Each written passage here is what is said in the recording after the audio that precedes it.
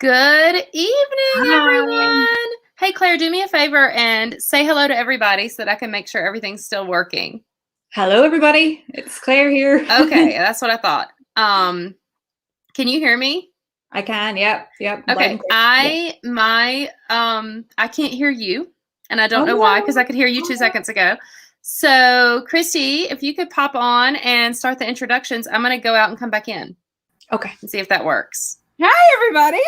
Hi. I was not intending to be on screen. Therefore, I did not get all pretty like the other two Uh-oh. did. So, Lindsay, can you still not I'm hear going to us? go out and come back in. Okay. Bye, Lindsay. So this is Claire, you guys. Hello. This is Claire, and Claire, do you want us to refer to you as CJ since that's what's on the book, or would you rather us call you Claire tonight? I'll call me Claire tonight. That's okay. I do get called CJ, but Claire's good because we're friends. But if you go look up the book, it's CJ Campbell. That's what is on the book. And this is debut novel day, is it not? It is. That's so exciting. I love celebrating debuts. They're my favorite thing because everybody's so excited because it's like, this is my book, baby. I know. So we have a few people who are already popping in to say hi. Awesome. So Donna's here. Hey, Donna. Ben is here. Hi, Ben. Hey, Ben. Kristen is saying hello. Hi, Paul and Janine are here, and they love you. So that's very exciting. Now, so Claire, I don't know what the interview is about because that's Lindsay's job. Hopefully she gets back in. Hopefully she gets back in. Otherwise, this is going to be one really interesting. It'll be a roller coaster. This is going to be a really interesting interview. So I don't have your bio in front of me. I'm getting texts from Lindsay, though. Oh. So she's having to restart her computer. So this could take a while. So I don't have the bio in front of me. We're good. But I have you in front of me, and I'm hoping you know who you are. So just in case we have some people who have come in from A Rough Draft Life or from something else, tell us a little bit about who you are and how you got to this book. Ooh. On the spot. Okay. Tell me who you are, Claire. Tell me. I am mysterious. Not really. I'm an open book most of the time. Well, my name is Claire. I do get called CJ, and that actually became from my fan fiction background. I started writing in fan fiction. I'm a big, massive Lord of the Rings Tolkien fan. So I started in fan fiction. I put a little fan fiction up a number of years ago. It got very, very popular, millions of reads. And then I thought one day, hey, maybe I should try writing an original novel. I really love Irish mythology. And hey, presto, I decided to have a go at Tempest. I had no clue what I was doing. I was completely green. I didn't know anything about writing. I didn't come from that background. I'm a occupational therapist by trade. So no arts. And I met some wonderful authors in the fan fiction community because it's like a big community and there's a lot of authors who write fan fiction on the side. And they encouraged me in my writing, and they suggested coming to the Florida Christian Writers Conference. And that is where you met her. That was well timed. Oh, am I back? Hold on. I got to make this thing click on it. I don't know what just happened. What have you guys been talking about? Catch me up. I don't have Claire's bio, so I told her to tell me who she is. That worked out really well. I'm Batman. So do we know who Claire is? Are we good? Yeah, so I just got to the part where, I got to Florida Christian Writers Conference, and that's where we met you. Oh, yes, and that is where we met. Of course, where we met the wonderful Eva Marie Everson, who we've had on here. The amazing Eva. Yes. So yay! Oh, people are greeting us. Hi, thanks for paying attention. Listen, y'all, I teach middle school all day long. Thanks for being here. We're so happy to have you, and we're so happy to have Claire. And I hate that I missed the fan fiction story because I think that's absolutely fascinating that that's really how you got your start and how you I wound up at know. the Florida Christian Writers Conference, Yes. which is coming up in October. And if you are interested, I'm pretty sure you can still register. It is the end of October. So we'll drop a link to that at some point.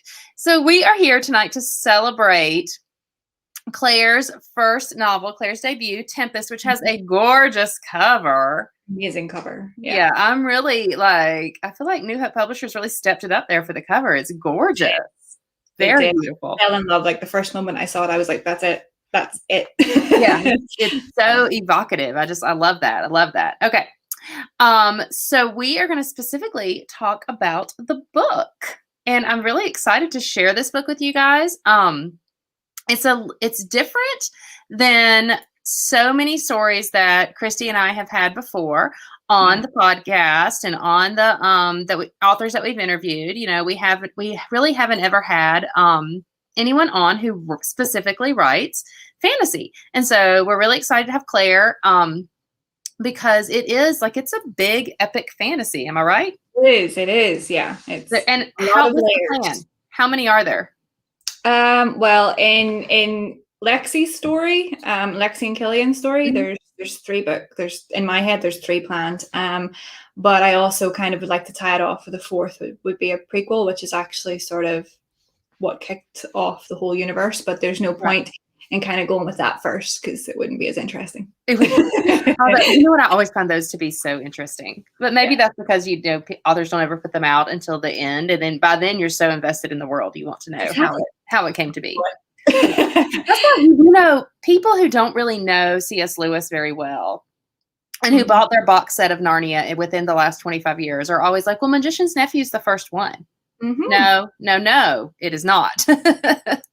So, there's a reason Lion, the Witch, and the Wardrobe came out first. It was by far the more interesting story. So, yeah. All right. So let's talk specifically about Tempest. I am excited to read to you a little blurb to get you excited about this story in case you don't know what it's about. You're just here hanging out because you like Claire, or you like me, or you like A Rough Draft Life, or you just were bored and this started live on Facebook and you clicked to see what was happening, and we're so glad you're here. So to unearth the truth, she must embrace the legend within. For 18-year-old Lexi, freedom is a luxury. She spent her life evading capture for a genetic gift that feels more like a curse. Her bulletproof immunity and monstrous disfigurement is of great interest to a secret organization, but they aren't the only ones. A cryptic tip alerts Lexi that something else hunts her, something darker. So I'm already feeling like the superhero vibes here. Yeah. Desperate to enjoy her life before it's too late, Lexi leaves the protective cocoon her parents created for her and signs up for art lessons at her local college. There she meets Connor, who is confined to a wheelchair, and they become friends who are willing to share each other's secrets. But a chance encounter with Connor's foster brother, Killian, changes everything.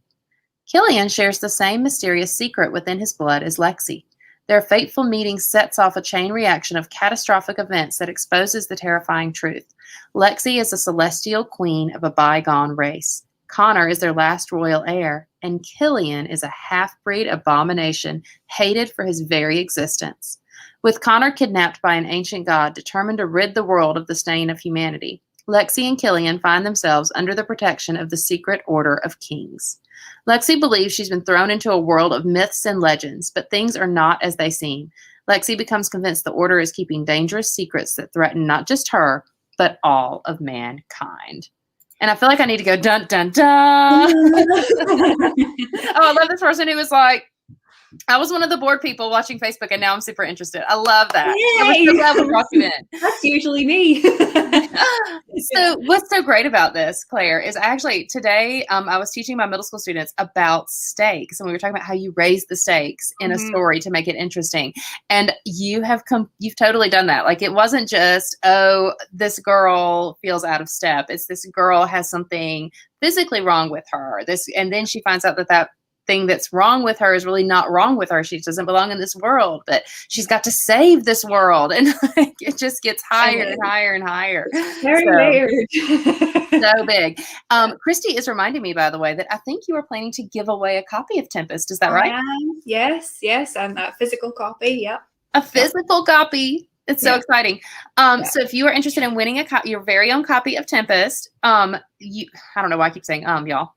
You can drop a comment for us. Let us know whether or not you're interested in reading it, what your favorite genre is, maybe what's the last fantasy book that you yourself read. I don't know that I could tell you the last fantasy book I read. Oh, yes, I can. Yes, I can. It was Christy's making fun of me. It was a middle grade. It was a young adult. It was a young adult novel.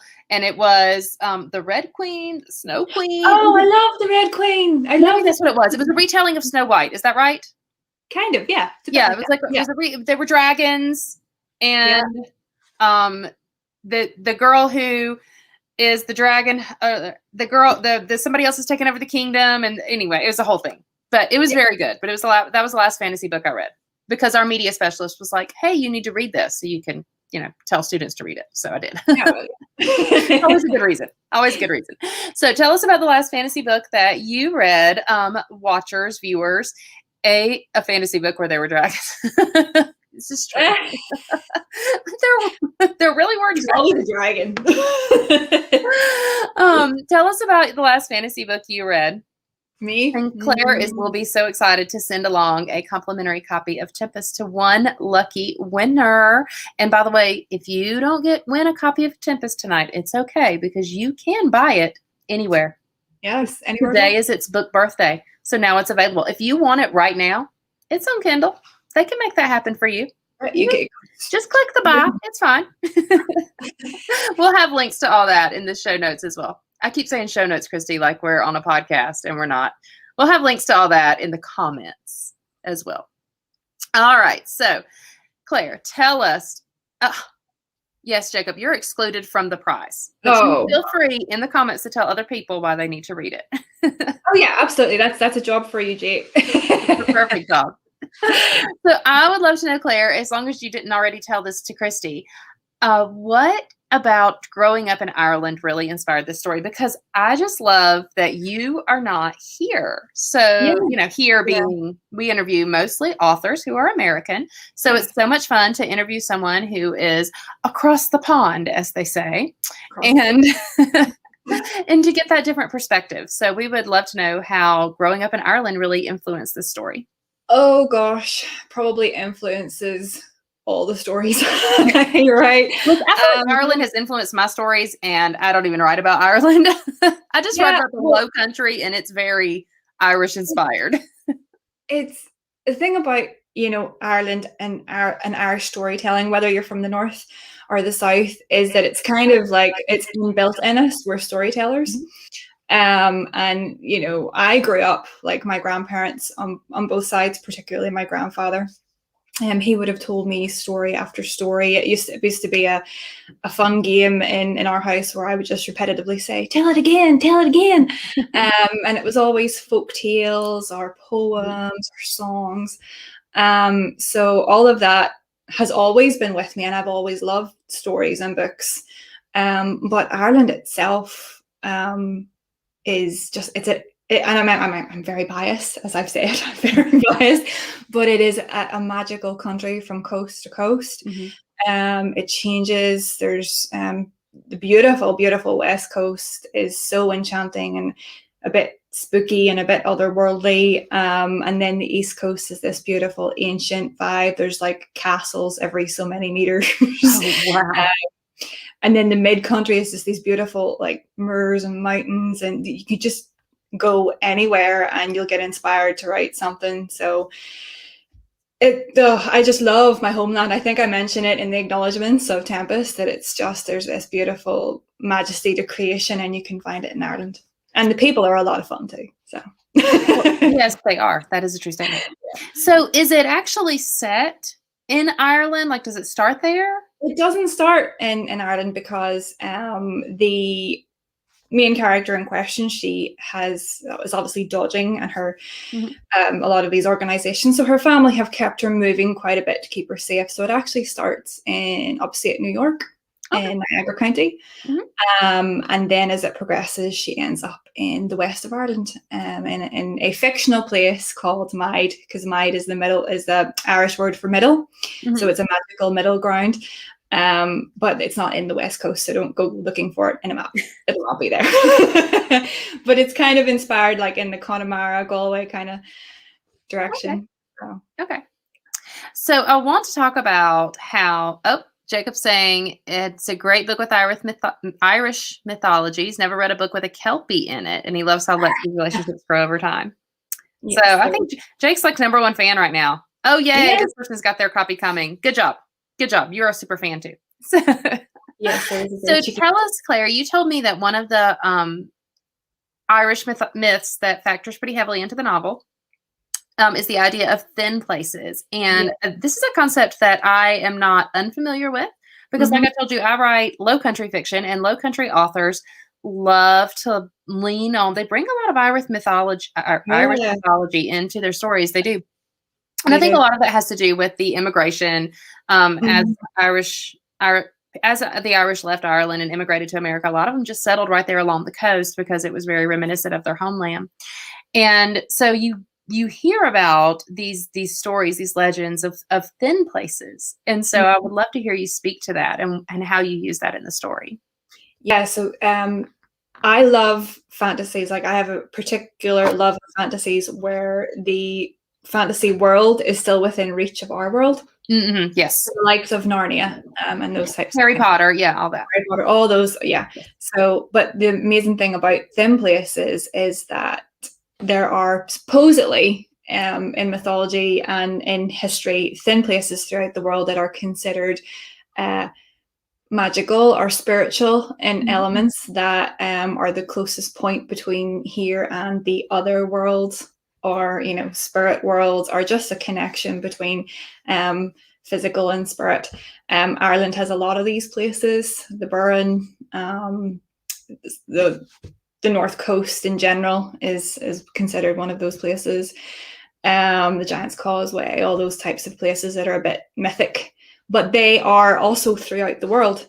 There's Stonehenge, there's places in Russia, China, across the States, Canada, all those places are considered thin places where, you might come across other worlds. It's also very where I live is near Appalachia, and it's part of the Appalachian culture as well. This idea that you could walk into the mountains one day and find yourself in a different world.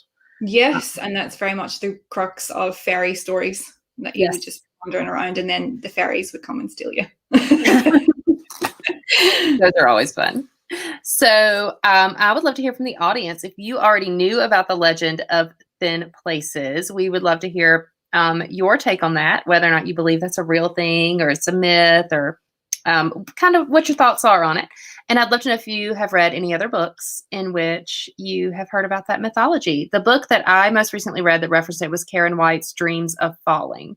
And actually there's a plantation in that story that she talks a lot about. And the plantation was named, what's the Irish word, Claire?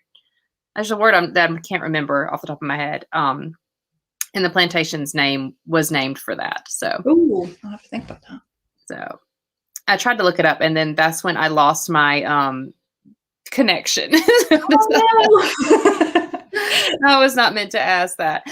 Christy's also prompting us to remind you all that you are welcome to ask Claire questions. Ask whatever you want. We are going to try and get to all those questions during our show tonight. But if you have a question that you want answered, please ask it. We've got lots of things we want to chat about, but that doesn't mean that we have to follow the schedule. We're very flexible around here at the Rough Draft Life. So let's talk about something really fun. You told me that there's a certain baked good that plays a big part in the story.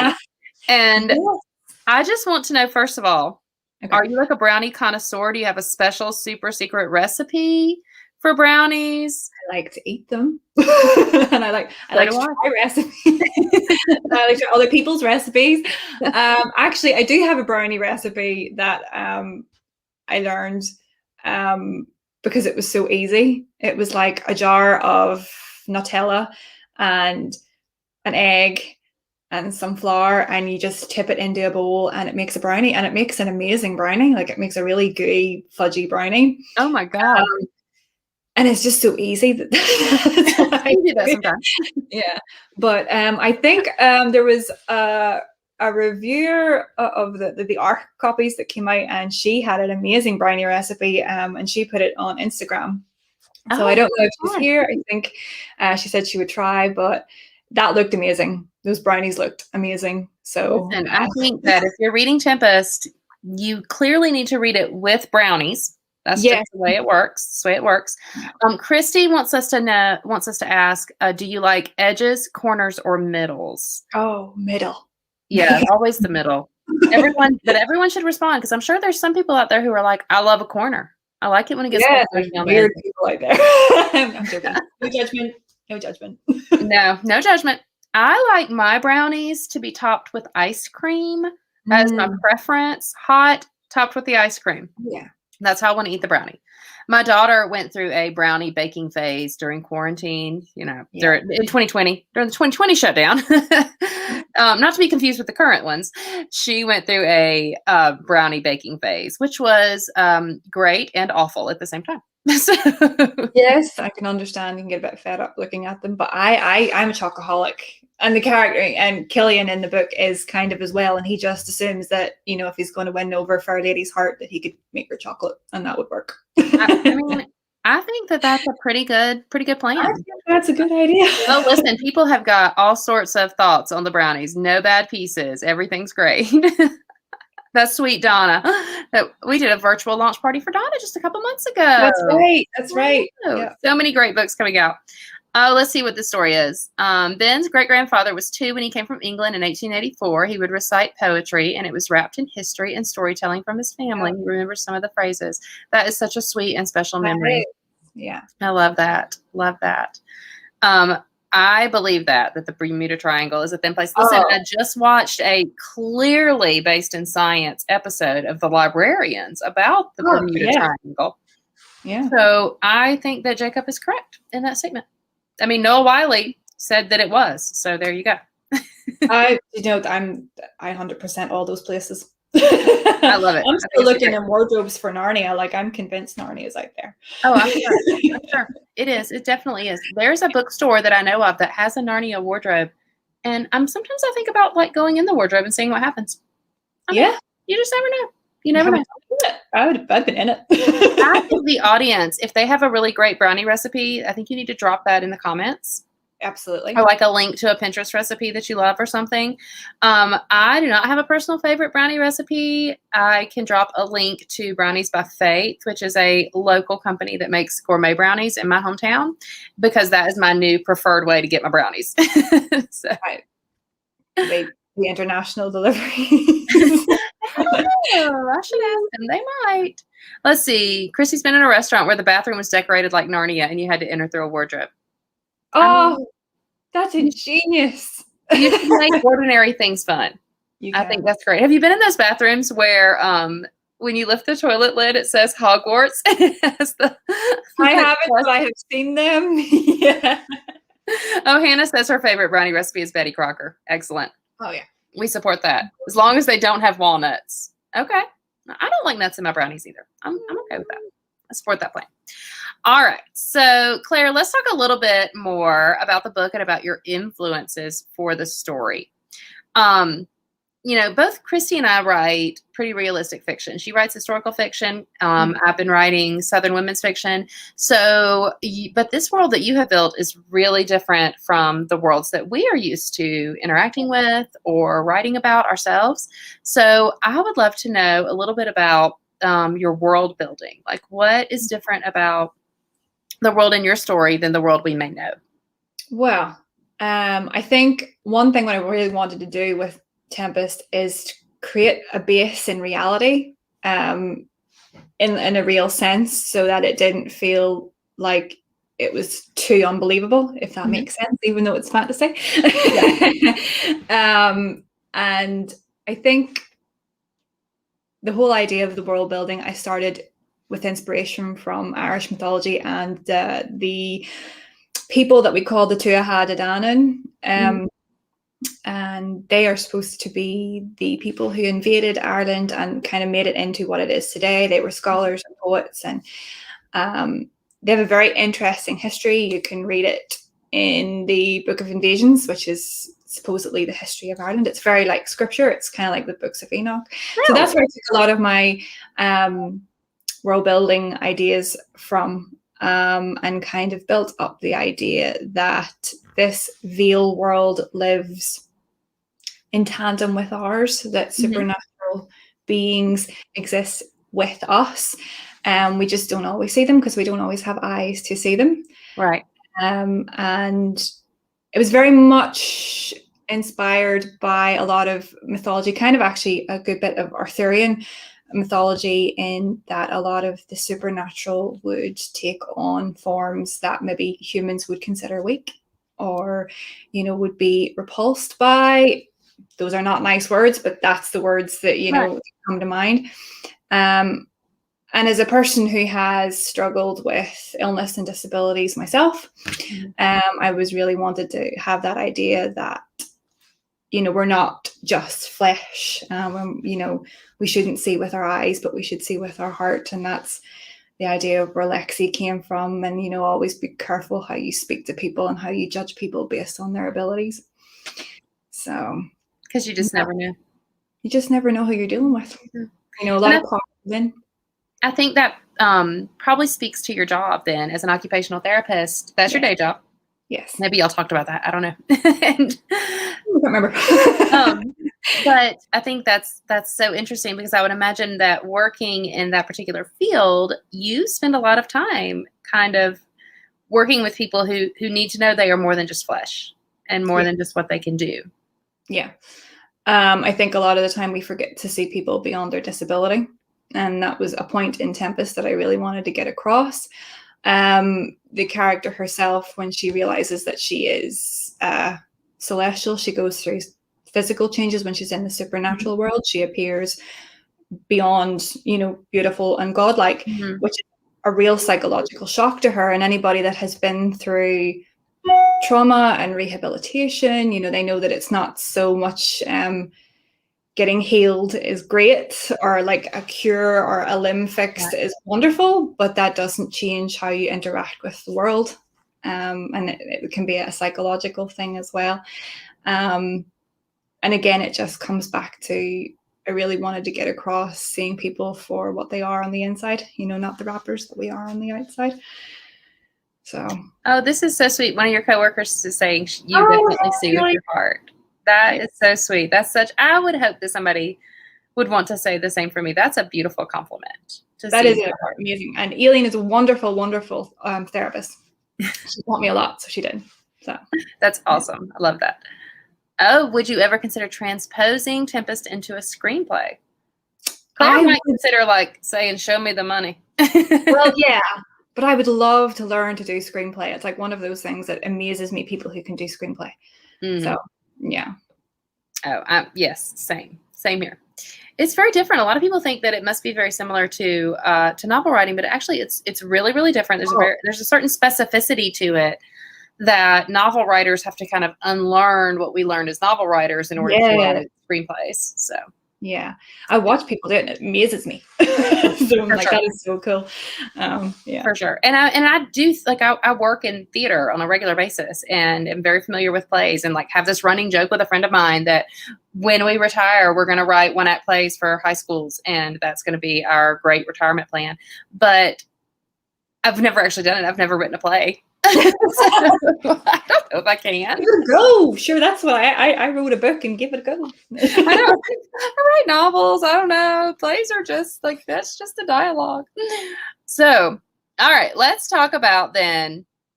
You've been building this whole world, and it's heavily influenced, like we talked about, by Irish mythology, by your own upbringing, by your faith, but it's also really influenced by some other fantasy writers. So tell us about some of your favorite people to read.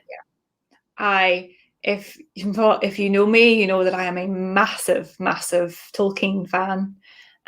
Middle Earth, Lord of the Rings. I suppose in a sense there's a lot of fantasy writers that would quote Tolkien, but he has an amazing way of talking about spirit and physical, and his elves, and a lot of that was actually inspired by the Tuatha Dé Danann in Irish mythology. So it's all him. The reason why I started to get these ideas for original novel was when I was writing my fan fiction, and I had a lot of like authors come to me and be like, you need to be writing your own stuff, you need to get a book out there. And I'm going, I don't know how to write a book, I write fan fiction. And they were like, it's easy. And I'm going, is it? So No. no, I'm going to do what Tolkien did, and I'm just going to go look and see where he got his ideas from. And I started getting into like Tolkien's discussions on mythology and history, and he loved Finnish folklore. And just perchance, I saw that he had this like little love affair with Ireland, and actually inspired Gollum quite a bit, which I don't know what that says about Ireland, but it inspired Gollum. That's funny. And I got into all this, and then was like, oh, writing off the Book of Invasions and all these things that you hear about as a child that you just kind of go, yeah, that's boring. Suddenly became really alive for me, and that was all because of Tolkien and Middle Earth. And yeah, I mean, there's a lot of sort of modern fantasy authors too. I love, at the minute, I'm absolutely loving Jennifer Armentrout. She's kind of a bit controversial, but I love her world building too. She's amazing ideas with like cultures and characters, which I think is great. Yeah, I'm always on the lookout for a good fantasy author.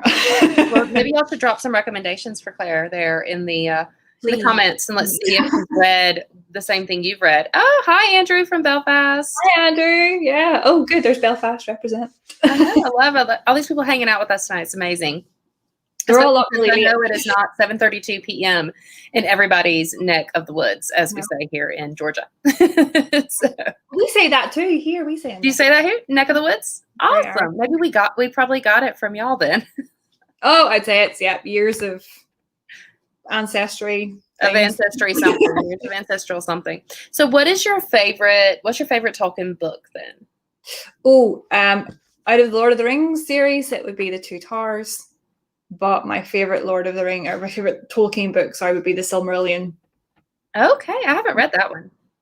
So it's kind of like the Bible to his Middle Earth. It really is. It's really difficult to read, but if you treat it as in like the scriptures to his Middle Earth and why everything happens in Middle Earth, and the story about his variation of God, Iluvatar, and the elves, and like who are like archangels, and it's actually very reminiscent of scripture. Really beautiful. It's a lot of poetry and stuff in it. But yeah, I always recommend it to Tolkien fans, but I always kind of like caveat, it's a really hard read. So maybe don't start with that.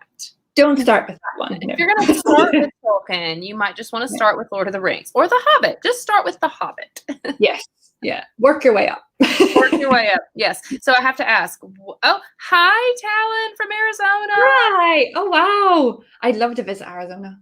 It's one of those places. We are just all over the world tonight. It's amazing. So, Claire, I have to ask, what did you think of the film adaptation for Lord of the Rings? Were you? I loved it. You love it?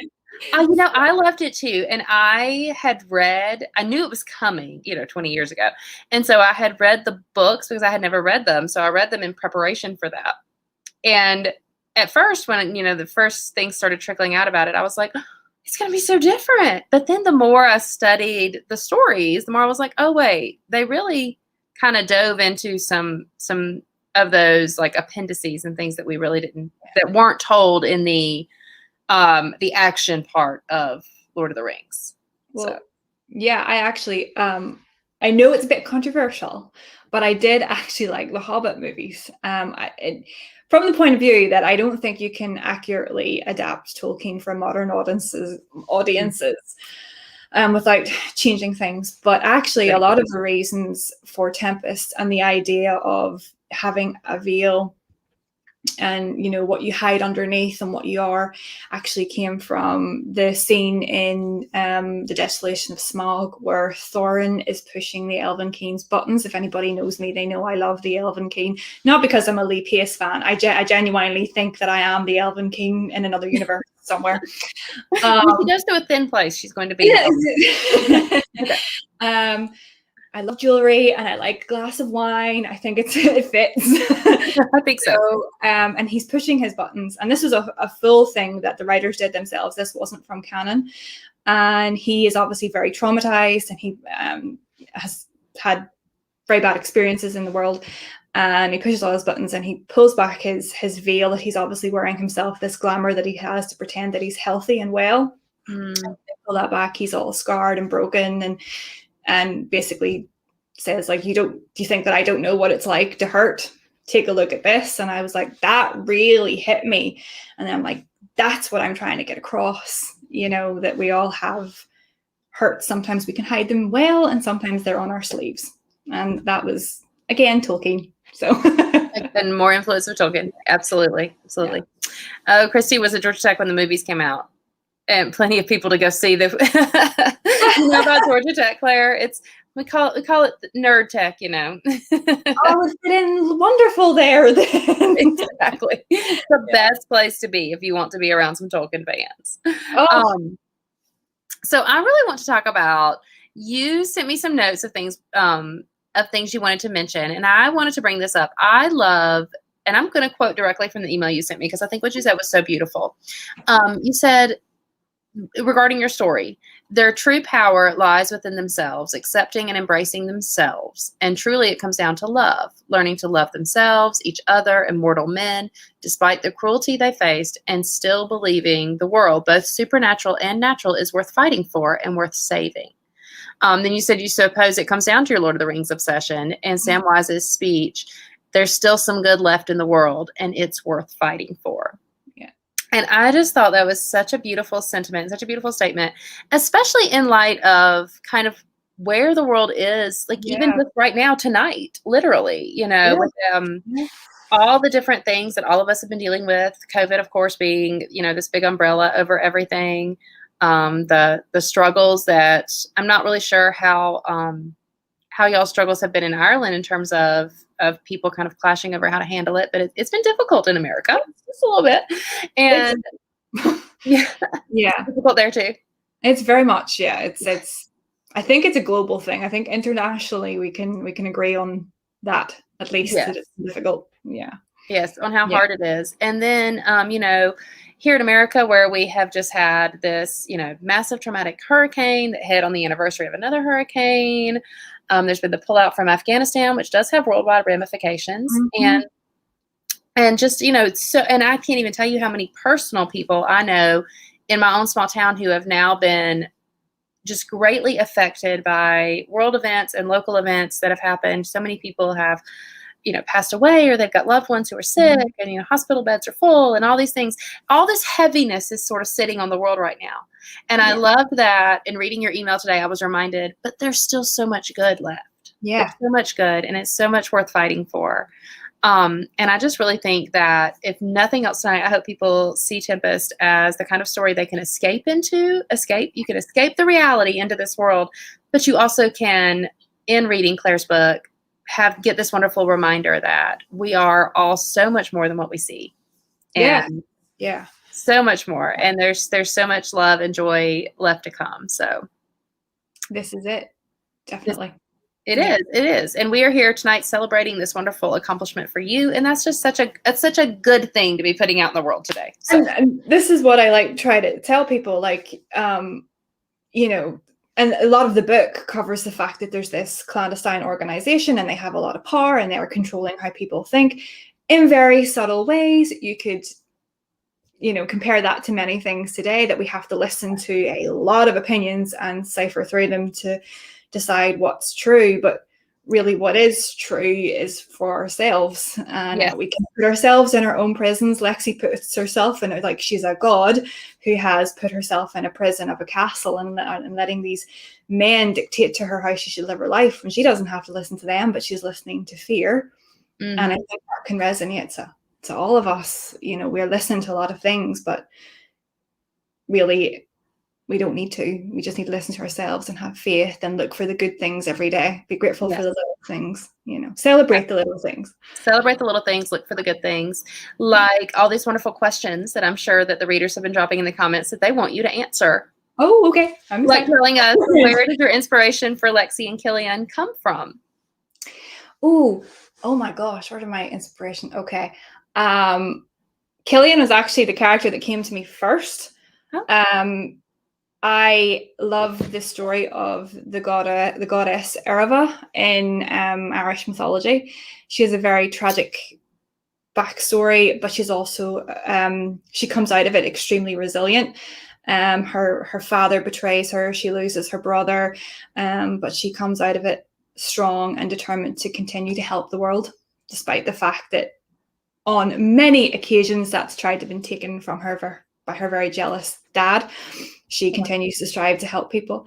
So that kind of is Killian's character. Lexi was very much the naivety of youth and that young teenage girl.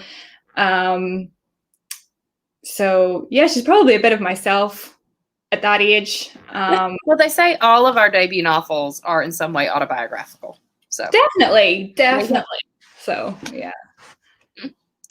Oh, Janine is saying she's been reading her beautiful copy of Tempest and is so intrigued by Professor Donahue. We haven't even talked about a Professor Donahue. All right. She wants to know who inspired you to write Professor Donahue. Okay. So this isn't from Janine. This is from her husband, Paul. So Professor Donahue is called Paul Donahue, and he is a very eccentric fellow who plays a key part in educating Lexi and keeping her on track, which I suppose maybe potentially Paul would be like that kind of friend to me in real life. He's a great teacher. Do you think so? That's maybe where that came from. I promised I would name a character after him, so there you go. Josie wants to know, if you could travel anywhere tomorrow, who would you go with and where would you go? Middle Earth. No, if I could go anywhere tomorrow, I would go to America, and I would go to Florida to see my lovely friend Eva Marie, because we've been trying to plan to meet up for ages and it hasn't happened because of all the crazy stuff that's happening in the world. So that's exactly where I would go. Well, I think that you absolutely should do that. And when you do that, you should give me a call and I will try to zip down the interstate and visit y'all as well. Yes, absolutely. It would be amazing. We all meet again. Christy just wants everyone to know how much she loves listening to your accent. Oh, thank you. I'm trying to be very careful because I can get a bit broad. So I'm trying to be like, no, say your words properly and don't talk too fast. I think you're doing great. I love your accent. Beautiful, beautiful accent. So what other questions do we have, Christy, to answer? People, you got to ask us some questions so we can answer them. I want Claire to tell us about her publishing journey to this particular story. Like, how did you get your contract? That sort of thing. Do you have an agent? All the like sort of behind the scenes things. Yeah. So I do have an agent who's the wonderful Kyle Young. Okay. If you've been on the Florida Christian Writers Conference circuits, you'll know Kyle. Yes. My publishing journey is quite long, but as I said, I started in fan fiction. It was people there that, encouraged me to write. I wrote Tempest. And then they were like, why don't you come to Writers Conference? There's one in Florida. And like a crazy person, and as I said, I at that time in my mid-20s, I was quite ill and struggling with a lot of physical things. So I was a bit, okay. So I packed my bag and, like a crazy person, just jumped on a plane and went across the world without knowing a single soul. We're very friendly at the Florida Christian Writers Conference. Very friendly, very friendly. And within days, I had made lots of friends. It was great. That's where I met Kyle, and he took a look at my manuscript and was like, I think you need a bit of work. And I went, probably. So he sent me away with like a list of things to do, and I spent that year just studying writing, trying to learn as much as I could. I reworked Tempest. I went back the following year, and he offered me a contract with him and his literary agency. I was thrilled. I went on submission, and I was on submission for nearly 2 years. There was a lot of rejections, but there usually is a lot of rejections. And I always kind of knew Tempest was going to be a little bit weird and a little quirky and a bit different. So it was just finding the right house. At this stage, me and Eva Marie had become really great friends, and she was helping me along the way. She was encouraging me and mentoring me, as Eva does, because she's absolutely, as Eva does. And then magically, late in 2019, Ramona Pope Richards got in contact from Iron Stream and said that she loved the book and she wanted to contract it, and it was really late. It was probably around this time here. And I got the email from Hope Bollinger, who was working for Kyle at the time, and she was like, I need to tell you this. Like, I know it's late, but I need to tell you this. And I leapt out of bed because I was living at home at the time with my parents. I leapt out of bed and like crashed down my parents' door, and I'm like, I'm going to be published. Everybody in the house up. So yeah, it was quite a long journey. And then COVID hit. And that just was fun. That threw everything through a loop. But yeah, it's been a really up and down journey and a very emotional roller coaster, but have met so many people and wouldn't change it for the world. So absolutely. It is. It's such an emotional journey, and it is so fraught with rejection and with just this idea, like it's so up and down. Like one moment it's, yay, I've got an agent, and oh, I got rejected again from it. It's so up and down. It is. So Jake wants to know how long it took you to actually write Tempest. Oh, it took me the first draft, which was like nearly 200,000 words. I think it took me about 6 months. That's very fast, actually, for 200,000 words. I usually can be quite fast if I put my mind to it. Wow. But yeah. So you mentioned earlier that it didn't bother you that you were up late because you usually are up late writing. So when do you do your best writing? Usually at really small hours in the morning where my brain's a bit kooky and and I'm coming up with all sorts of things. So yeah, usually. So do you stay up late or you get up early? I stay up late. I'm a night owl. Yeah. I do get up early too. I'm a weird, permanently exhausted pigeon. So doesn't sleep is what she's telling us. Yeah, probably borderline insomniac. So Josie wants to know, can you tell us about your current work in progress? I bet everybody hopes that it's book number 2. Yes, it is book number 2, and it also is. I've a book coming out with Endgame Press and Victoria Durstock, which everybody kind of knows about now, which is a chick lit called The Adjustment Period. So I'm kind of working on that at the minute. It's a beach read. It's fun and flirty. It has a love interest who has some Irish ancestry as well. Oh, that sounds fun. Irish ancestry. So when will that come out? That comes out next May, hopefully. Yeah. Just in time for the summer. Oh, perfect. Absolutely perfect. Yeah. You'll have to let us know so that we can celebrate that with you as well. Oh, yeah. Great. Yeah. Yeah. What resources would you suggest for learning the ins and outs of writing and publishing other than being a part of Word Weavers and attending conferences? Yeah. What would I suggest? This is going to come across really controversial, but I actually recommend to just write. There's lots of resources out there, but sometimes I find that I read too much and then got overwhelmed by all the information that I had to the point where I was terrified to write, and terrified of getting it wrong. And I think the best resources I can say is just write. Have a good critique group. Not necessarily has to be Word Weavers. I know you told me not to say that, but that is honestly, surround yourself with friends that you know that are going to be honest with you. If you send them a piece of work that they're going to be like, no, because it's better that they do it than you get like 1,000 rejections or a 1-star review. So yeah, just write. Yeah. Christy and I both concur with that too. And I think it's because all 3 of us have brains that work this way, where you kind of whole picture into the smaller parts. Yeah. And as opposed to Christy and I had this conversation with some friends earlier this week. They are like super duper plotters because they are very much parts into whole. And I find I work so much better when I already have words on the page that I can then do things with. If I'm having to sit there and come up with all the parts, it's more difficult for me. So it's really just about how your brain works. But I do concur with Claire. I think it's really easy to overread and overlearn, and then you just get paralyzed and you'll never Actually, you can fix anything but a blank page. It's my favorite thing to tell people.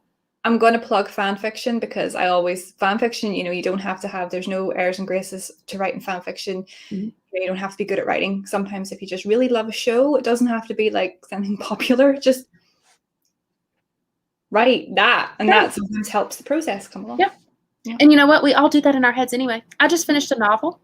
And at the end, when it was over, I was like, well, I kind of want to know, like, what happened. So in my head, I'm like imagining this whole scenario that made me very happy. So yeah, and I bet you there are other people out there that love that. And if you posted that on one of the fan fiction sites, people would read it.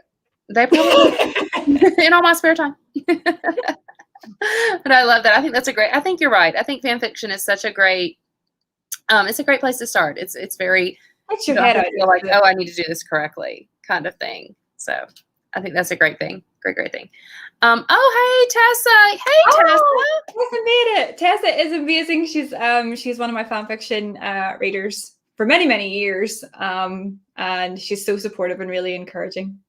That is awesome. She's one of the reasons why I'm here. Her encouragement, That is great. Tessa, you are a reason that Claire wrote Tempest. I think that's a wonderful thing to hear. That's gotta be fun to jump on Facebook and be told that, like, hey, you're the reason I did this. Yeah. Oh, there's so many amazing fanfic readers that they've just carried me, through the process. So, well, that is such a great segue into saying one of the ways you can love on an author or a book that you love is to leave a review. And I know that Claire would just love it if you read Tempest. If you would leave her a review, you can leave it on Amazon or Goodreads or the Barnes & Noble site, wherever. You can leave it on all the sites. You can copy and paste anywhere you like. Anywhere you like. You can post about it on Instagram and tag her. You can post about it on Facebook and tag her.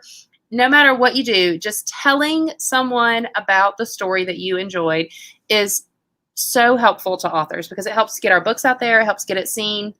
Yes. And also, it's just, if somebody does something nice for you, you usually say thank you. And sometimes we don't think about the fact that this book we just enjoyed, well, that author deserves a thank you because of how much we enjoyed it. So be sure to leave Claire a review. Read, review, recommend. You can get Tempest in all the places. You can get it on Amazon for Kindle and paperback. You can get it on Bookshop. Let's see, I've seen some other links around. You can order it off Barnes & Noble. You can order it pretty much anywhere. Right, Claire? Yeah. Books A Million, Book Depository. Anywhere you get books, you can request it from your local bookstore. They'll stock it for you, I'm sure. Yes. You can go directly to shoplpc.com and you can buy it there. Iron Stream Media, you can buy it there. You also can recommend to your local library that they need to add it to their fantasy shelves and they can order it and do that as well. So yeah, I'd appreciate all of that, all of the above. She does. And you can go check out Claire's website at cjcampbellofficial.com. You can follow her on Instagram. You can follow her on Facebook. But let's make sure that we haven't missed any questions. Christy, we answered all our questions? I feel like she's my silent partner back there. I don't actually know what she's doing or saying, or if she's even paying attention. She might be eating the corners of brownies for all we know. She's all clear. She says we've answered everyone's questions. Thank you all for hanging out with us tonight. This was so much fun. Claire, do you have anything you want to say before we leave? Anything you want? Just to say thank you for everybody reading and getting involved. I really appreciate it. And hopefully you'll read Tempest and give me a review. I really appreciate it. Yeah, absolutely. Go out, get a copy of it. It's so pretty. How could you not want a copy of it on your shelf? I think I'm going to buy one for my daughter. She really loves this book called The Last Adventure of Poe Blythe, and the summer is the cover is very similar. So I think that I need to look into that. Yeah, look it up. Look it up. It's by it's by the girl who wrote Matched. What is her name? Allie something. Oh yes. So I know. It'll come. Yeah. Yes. Annabelle loves that book, so I think I'm going to pick up Tempest for her because she loves that book so much, and they may be completely different, but their covers are both really pretty and similar. So sometimes I do judge a book by its cover, y'all. It's true. We do. We all do it. You can, as always, follow A Rough Draft Life on Facebook or Instagram. You can follow me, Lindsay P. Brackett, on Facebook or Instagram. Same for Christy Ann Hunter. But most importantly, we want you to go out and we want you to celebrate Claire. We want you to get a copy of Tempest. Keep comments coming. Any comments that are left tonight before midnight will be entered midnight Christy and my Eastern Standard Time. It's already midnight, I think, in Ireland. Yes. Yes. Will be entered for the drawing for Tempest. And Claire will get that sent your way as soon as we pick the winner. So yes, please drop Claire your congratulations. She'll have a chance to go back and read and respond to all the comments later. But thank you all so very much for being here tonight. We really enjoyed it. And we hope that you'll hang out again with us soon. Podcast return on Monday, September 6th. So we're looking forward to seeing you all. All right. Thanks, Claire. It was a joy to talk to you tonight. Me too, everybody. Thank you very much. Thank you. Good night.